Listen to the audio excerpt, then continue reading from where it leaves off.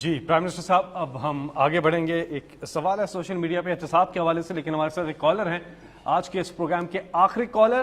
لیکن پروگرام ختم ہونے کے بعد آپ اپنے ریکارڈ کروا سکتے ہیں میسیجز جو بھی ہوں ادھر آفس میں. جی السلام علیکم. جی وعلیکم السلام. جی کون بات کر رہی ہیں، کہاں سے؟ میں عائشہ بات کر رہی ہوں، میں کوئٹہ سے بلانگ کرتی ہوں. پرائم منسٹر عمران خان صاحب سے بات کرنی. جی عائشہ بولیں. جی خان صاحب، پہلی بات تو یہ کہ آپ کی عوام آپ سے بہت پیار کرتی ہے، ان کے ایون بچے بھی آپ سے بہت پیار کرتے ہیں. آپ جو اقدامات کر رہے ہیں ہمیں آپ پہ پورا بھروسہ ہے، لیکن مسئلہ اتنا بڑا ہے کہ کہیں سنوائی نہیں ہوتی ہے. میں بیوہ ہوں، میری والدہ بھی بیوہ ہے اور کوئی میرا بہن بھائی نہیں ہے. 3 سال کا میرا بیٹا ہے. 65 سال کی ٹیچنگ کی کمائی سے میری والدہ نے سنگل سٹوری گھر بنایا DH ریبر میں، لاہور میں، اور اس کو 2019 میں کرائے پہ ہم نے دیا. وہ انہوں نے قبضہ کر لیا. SSP کا بھائی تھا شیخ عمر صاحب نے میرا 2020 میں دسمبر میں میرا قبضہ چھڑوایا. اللہ تعالیٰ انہیں صحت تندرستی دے، عزت دے. لیکن وہ بندہ نتیجے میں مجھے 5 لاکھ کا مقروض کر کے چلا گیا. شیخ عمر صاحب نے ہدایت کی تھی کہ ان کا مسئلہ حل کروائیں، لیکن ان کی ٹرانسفر ہو گئی. جو نئے CCPO صاحب تھے انہوں نے بھی ہدایت کی. اب وہ صرف اب تک جو ہے ہدایت ہی چل رہی ہے. SSP کے بھائی ہونے کے ناطے کوئی مسئلہ حل نہیں ہوا، اور نتیجہ یہ نکلا کہ میری والدہ نے اتنی ٹینشن لی کہ وہ کینسر پیشنٹ ڈائگنوز ہو گئی ہیں. میرے پاس کفن کے بھی پیسے نہیں، اور میں نے بینک سے لون لے کر اپنی والدہ کا علاج کروا رہی ہوں. آپ مجھے بتائیں، بچے کو پالوں، پیسے لوگوں کے دوں میں لون کے پیسے دوں؟ کم سے کم میرے پیسے تو مجھے دلوائے. میں کیا کروں؟ اور کم سے کم سوسائٹی اتنی بڑی ہے، اس کو اس چیز کا پابند بنائیں کہ جس طرح عسکری سوسائٹی وہ رینٹ کے معاملات کو دیکھتی ہے تو یہ بھی رینٹ کے معاملات دیکھے.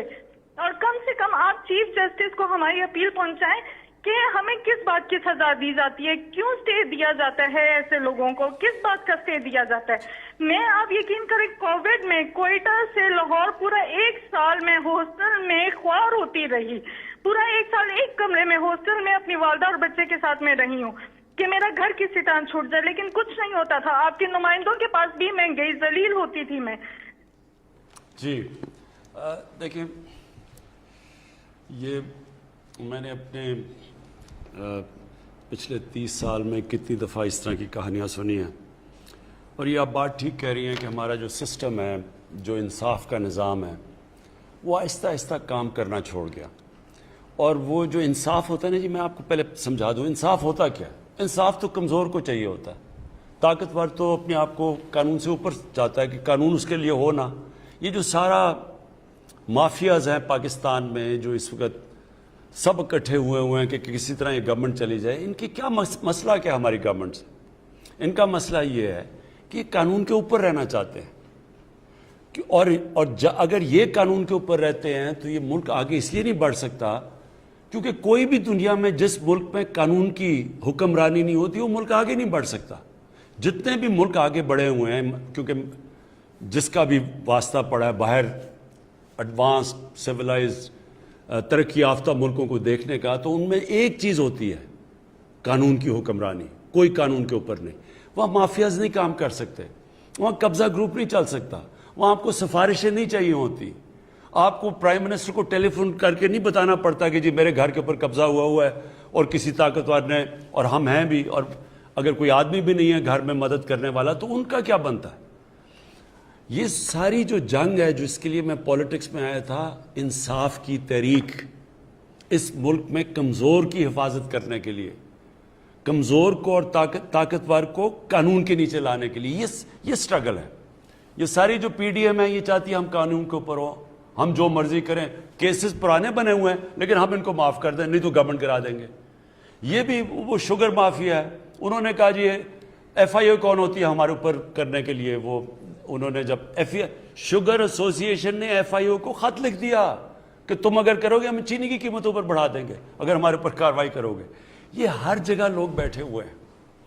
یہ جد و جہد ہے. دیکھیں انصاف کی تحریک ہوتی ہے، انصاف کے لیے قوم کو آزادی کی جنگ لڑنی پڑتی ہے ان مافیا سے، اور یہ ایک جہاد کا نام ہے. یہ اللہ کا حکم ہے کہ میری زمین پہ انصاف قائم کرو. میرا آپ سے یہ وعدہ ہے کہ میری پوری کوشش ہے جب تک میں اقتدار میں ہوں، جب تک میں نہیں بھی ہوں، میں اس کے لیے لڑوں گا. ہم نے پورے اپنے جو سارا انصاف کا نظام ہے عدلیہ کے ساتھ بیٹھ کے ریفارمز کے لیے بھی ہم تیار ہیں. اپنے جو ادارے ہیں ان کو بھی ٹھیک کر رہے ہیں. یہ جو اب تک ہمارے آنے سے پہلے نیب کام کر رہی تھی تو نیب نے کتنے لوگوں کو پکڑا اور ہمارے صرف 2.5 سالوں میں نیب نے کتنا پیسہ ریکور کیا. میں صرف اس لیے آپ کو بتانا چاہتا ہوں کہ اداروں کو جب آپ مضبوط کرتے ہیں, جب آپ ان کو روکتے نہیں ہیں تو وہ ادارے کتنے بہتر کام کر سکتے ہیں. جب عدلیہ کے اندر آپ انٹرفیئر نہیں کرتے, ڈنڈے سے چیف جسٹس کو نکالتے نہیں, تو عدلیہ بھی پھر تکڑی ہو جاتی ہے. اسی طرح سارے جو ادارے ہیں جب آپ ان کو اپنا کام کرنے دیتے ہیں تو وہ نظر آ جاتا ہے. کیا میں صرف اس لیے آپ کو پہلے یہ بتانا چاہتا ہوں کہ نیب نے 18 سالوں کے اندر 2017 تک 18 سالوں تک صرف 290 ارب روپیہ انہوں نے وصول کیا تھا جو چوری کا پیسہ ہے. ہمارے 2 سالوں کے اندر نیب نے 484 ارب روپیہ ریکور کیا. Anti corruption